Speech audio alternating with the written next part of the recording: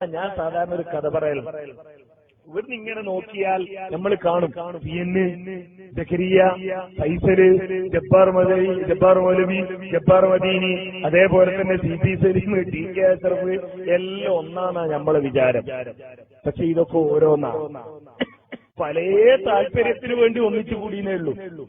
പണ്ട് ഇബ്നു ബത്തൂത്ത കേരളത്തിൽ വന്നപ്പോ കണ്ട ഒരു വലിയ അത്ഭുതത്തെ പറ്റി അയാൾ എഴുതിയത്രേ.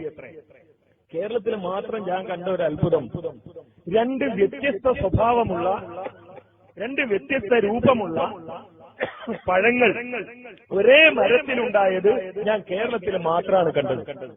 അതാകട്ടെ ഒരു പഴം വലിയ പഴമാണ്, മറ്റേതാകട്ടെ ചെറിയ പഴമാണ്. ഒരു പഴം മരത്തിൽ ഇങ്ങനെ തൂങ്ങി നിൽക്കുമ്പോ അടുത്ത പഴം ഒരു ചെറിയ കണ്ണിയിൽ ഇങ്ങനെ ഉരുണ്ടുരുണ്ട് ഒട്ടിപ്പിടിച്ച രൂപത്തിൽ നിൽക്കുന്നതാണ്. ഇതാ സംഭവം എന്നറിയാം. പ്ലാവിന്റെ മുകളിൽ കുരുമുളക് വള്ളി പടർന്നിട്ട് ചക്ക ഉണ്ടായിട്ടുണ്ട്, കുരുമുളകും ഉണ്ടായിട്ടുണ്ട്. ഈ സാധു ഇങ്ങനെ നോക്കിയപ്പോ വിചാരിച്ചത് ഇത് ഒരു മരത്തിൽ രണ്ട് പഴാണ്. നോക്കുമ്പോ ഒന്നിന് നല്ല മധുരം, മറ്റേതാണെങ്കിൽ നല്ല എരിവ്. ഇത് ഒരേ മരത്തിലെ പഴൽ അതേമാതിരി ആ ഒന്ന് നല്ല മധുരമുള്ളതാണ്, മറ്റേത് എരിവുള്ളതാണ്. ഒന്ന് വലുതാണ്, മറ്റേത് ചെറുതാണ്. ഇത് ഒറ്റ നോട്ടത്തിൽ ഒന്നായി തോന്നും. ഓരോന്നോരോ വിശ്വാസ.